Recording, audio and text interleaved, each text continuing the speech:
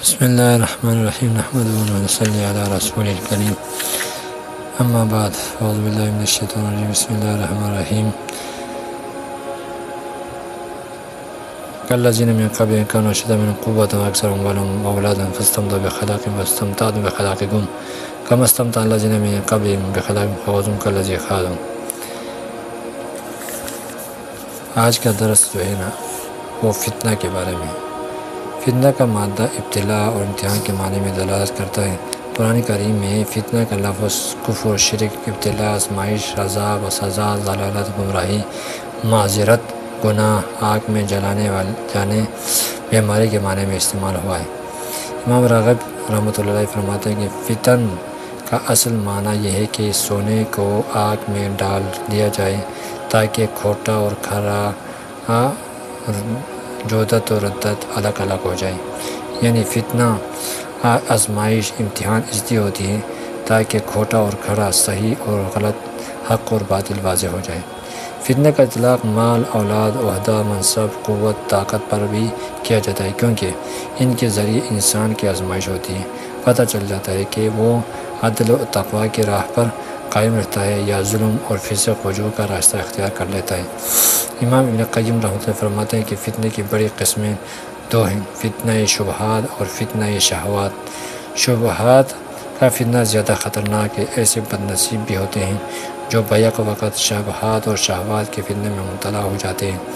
شبہات کا فتنہ ضعف بصیرت، قلت علم کی وجہ سے پیدا ہوتی ہے، بالخصوص جب کہ ایسا شخص نیت کے فساد اور خواہش پرستی میں بھی مبتلا ہو تو وہ انتہائی قابل رحم ہوتا ہے۔ اس فتنے کا انجام کفر اور نفاق ہے۔ حقیقت میں یہ منافقون اہل بدعت کا فتنہ ہے۔ وہ بدعت کا راستہ ان شبہات کے فتنے کی وجہ سے اختیار کرتے ہیں، جس کی وجہ سے اس پر حق اور باطل، ہدایت اور ضلالت مشتبہ ہو کر رہ جاتی ہیں۔ اس فتنے میں ابتلا کبھی فہم کی خرابی، کبھی جھوٹی روایات، کبھی فاسد اعتراض اور باطل خواہشات، اور کبھی انسان پر حق کے اوجھل ہو جانے کی وجہ سے ہوتا ہے۔ فتنہ یا شبہات سے نجات کی صرف ایک ہی صورت ہے، وہ یہ کہ رسول اکرم صلی اللہ علیہ وسلم کی اتباع کی جائے اور آپ کے دین کے ہر معاملے پر حکم تسلیم کر لیا جائے، خواہ وہ مخفی ہو یا جلی ہو، ظاہر ہو یا باطن ہو، عقائد ہوں یا اعمال ہوں۔ جب ایسا کیا جائے گا تو شبہات کی بیماری ہی سے نجات مل جائے گی، ایمان کی حقیقت اور اسلامی شریعت کی معیت نصیب ہو جائے گی۔ فتنے کی دوسری قسم فتنہ شہوات ہے۔ باری تعالیٰ نے اس دونوں فتنوں کا ذکر اس آیات میں کر دیا۔ کالذین من قبلہم کانوا اشد منہم قوۃ واکثر اموالا واولادا واستمتعوا بخلاقہم فاستمتعتم بخلاقکم کما استمتع الذین من قبلکم بخلاقہم ففزتم کالذی خاضوا۔ تم منافق لوگ ان لوگوں کی طرح ہو جو تم سے پہلے ہو چکے ہیں، وہ تم سے بہت طاقتور اور مال و اولاد میں کہیں زیادہ تھے، تو وہ اپنے حصے سے بہرہ یاب ہو چکے ہیں۔ جس طرح تم سے پہلے لوگ اپنے حصے سے فائدہ اٹھا چکے ہیں، اسی طرح تم نے اپنے حصے سے فائدہ اٹھا لیا، اور جس طرح وہ باطل میں ڈوبے رہے اسی طرح تم باطل میں ڈوبے رہے۔ باطل میں ڈوبنے سے مراد شبہات میں مبتلا ہونا۔ یہ آیات اس سبب کی نشاندہی کرتی ہے کہ جس وجہ سے دلوں میں فساد اور دین میں بگاڑ پیدا ہوتا ہے، اور وہ سبب ہے اپنے حصے سے فائدہ اٹھانا، باطل میں ڈوب جانا، اس لیے کہ دین میں فساد یا تو باطل اعتقاد کی وجہ سے آتا ہے یا علم صحیح کے خلاف عمل کرنے کی وجہ سے آتا ہے۔ باطل اعتقاد کو بدعت کہا جاتا ہے اور علم کے خلاف عمل کرنے کو فسق اور فجور کہتے ہیں۔ پہلے قسم کا فساد شبہات کی جہت سے اور دوسری قسم کا فساد شہوات کی جہت سے آتا ہے۔ اس لیے سلف کہا کرتے تھے کہ دو قسم کے لوگوں سے بچ کر رہو: ایک تو خواہش کا بندہ جسے خواہشات نے فتنے میں ڈال رکھا ہے، دوسرا دنیا کا غلام جسے دنیا کی محبت نے اندھا کر دیا ہے۔ اور یہ بھی فرمایا کرتے تھے کہ فاسق، فاجر، عالم، جاہل، عابد سے بچ کر رہو، کیونکہ ان کا فتنہ ہر کمزور شخص کو فتنے میں مبتلا کرتا ہے۔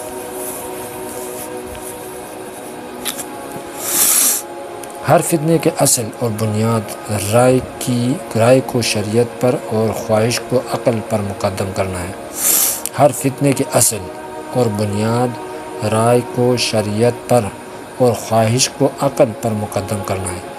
پہلی قسم کو ہم شبہات کا اور دوسری قسم کو شہوات کا فتنہ کہتے ہیں۔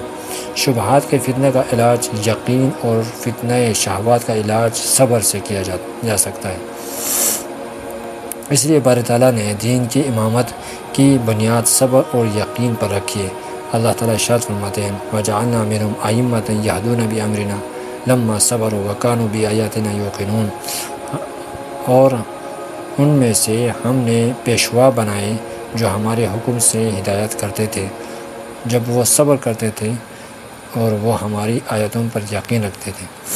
اس آیت سے ثابت ہوا کہ صبر اور یقین ہی سے امامت فی الدین کا درجہ حاصل ہو سکتا ہے۔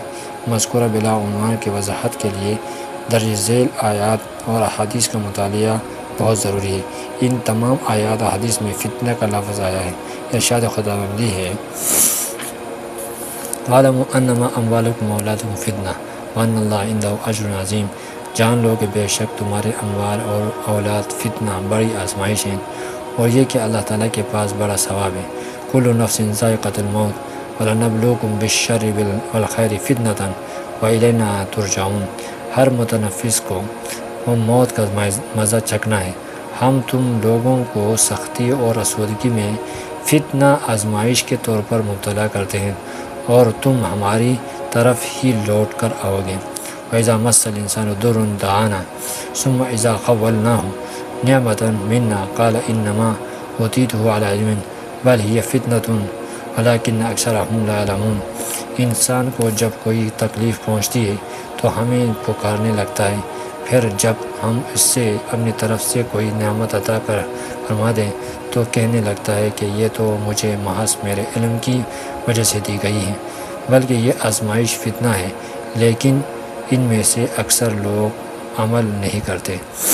اموال اور اولاد، سختی اور آسودگی، مصیبت اور راحت، بیماری اور صحت، نعمت اور نقمت، یہ سب چیزیں اور کیفیات اللہ تعالیٰ کی طرف سے آزمائش ہوتی ہیں۔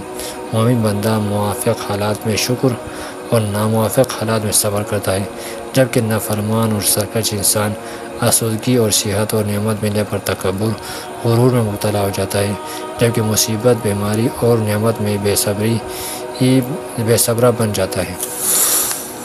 حضرت ابو ہریرہ رضی اللہ تعالیٰ عنہ سے روایت ہے کہ رسول اللہ صلی اللہ علیہ وسلم نے ارشاد فرمایا قریب فتنے ظاہر ہوں گے، ان میں سے بیٹھنے والا کھڑے ہونے والے سے، اور کھڑے ہونے والا چلنے والے سے، اور چلنے والا کوشش کرنے والے سے بہتر ہوگا۔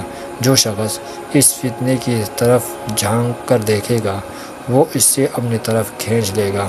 جس شخص کو کوئی پناہ گاہ ملے اس سے اس میں پناہ لے لینی چاہیے۔ اس وقت یعنی کہ پناہ گاہ جو ہے نا، مساجد، مدارس، خانقاہیں، مراکز، تبلیغی جماعت، اسی طرح کیا پناہ گاہ ہے۔ حضرت محمود بن لبید رضی اللہ تعالیٰ عنہ سے روایت ہے کہ رسول اللہ صلی اللہ علیہ وسلم نے ارشاد فرمایا دو چیزیں ایسی ہیں جنہیں انسان ناپسند کرتا ہے، وہ موت کو ناپسند کرتا ہے، حالانکہ مومن کے لیے موت فتنے سے بہتر ہے۔ وہ قلت مال کو ناپسند کرتا ہے، حالانکہ قلت مال کی صورت میں حساب ہلکا پھلکا ہو جاتا ہے، بلکہ حساب کیا آسان ہوتا ہے۔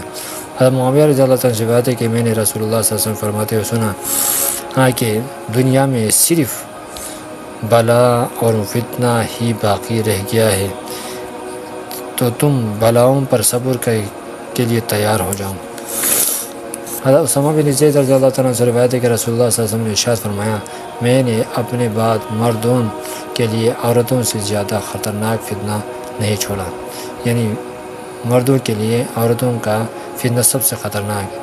حضرت کعب رضی اللہ تعالیٰ عنہ سے روایت ہے کہ میں نے رسول اللہ صلی اللہ علیہ وسلم کو فرماتے ہوئے سنا ہر امت کے لیے کوئی فتنہ ہے، میری امت کا فتنہ مال ہے، یعنی مال کی وجہ سے وہ کیا فتنوں میں مبتلا ہو جاتے ہیں، عیاشی میں مبتلا ہو جاتے ہیں، اللہ کو بھول جاتے ہیں، رسول اللہ صلی اللہ علیہ وسلم کو بھول جاتے ہیں، آخرت کو بھول جاتے ہیں۔ حضرت حذیفہ رضی اللہ تعالیٰ عنہ جنہیں رسول اکرم صلی اللہ علیہ وسلم کا صاحب سر، رازدار یا رازدان کہا جاتا ہے، وہ فرماتے ہیں کہ حضرت عثمان رضی اللہ عنہ کی شہادت سب سے پہلا اور دجال کا ظہور سب سے آخری فتنہ ہوگا، چونکہ ہمارے دور فتنوں کی کثرت کا دور ہے، اس لیے ہمیں ہر قسم کے فتنوں سے حفاظت کی دعا کا اہتمام کرنا چاہیے، خصوصاً شہوات اور شبہات کے فتنے سے، کیونکہ ان کی روبرو یا زد براہ راست ایمان پر پڑتی ہے، یعنی کیا شہوات کی وجہ سے ایمان کی خرابی ہوتی ہے۔ شہوات کیا ہے؟ ہر مزیدار چیز کو استعمال کرنا، ہر نفس کی لذت والی چیز کو استعمال کرنا، چاہے وہ آنکھ کے شہوت ہو یا زبان کی شہوت ہو، کان کی شہوت ہو یا شرمگاہ کی شہوت ہو، ان شہوات کے ذریعے سے ایمان خراب ہوتے ہیں، اور ایمان کی خرابی کی وجہ سے ایمان پر خاتمہ نہیں ہوتا۔ اور شبہات کا فتنہ جو ہے نا، آج کل کے جتنے بھی نئے محققین ہیں اور جو علماء کے جگہ لے کر لوگوں کو گمراہ کرتے ہیں، تحقیق کرتے ہیں، اسلام کے بارے دین کے بارے میں شبہات میں ڈالتے ہیں، صحابہ کرام کے بارے میں، علماء کے بارے میں، انبیاء کے بارے میں، اسی طرح صالحین کے بارے میں لوگوں کو شبہات میں ڈالتے ہیں، فلاں نے یہ کیا، فلاں نے وہ کیا، صحابہ اس طرح تھے، انبیاء اس طرح تھے، جو شبہات میں ڈالتے ہیں لوگوں کو، تو یہ شبہات کا فتنہ ہے۔ آج کل ایسے فتنہ گر لوگ پیدا ہوئے ہیں جو مسلمانوں کو شبہات میں ڈال کر اس کے ایمان کو خراب کرتے ہیں۔ اللہ رب العزت چاہے ہم سب کو شبہات کے اور شہوات کے فتنوں سے محفوظ فرمائیں۔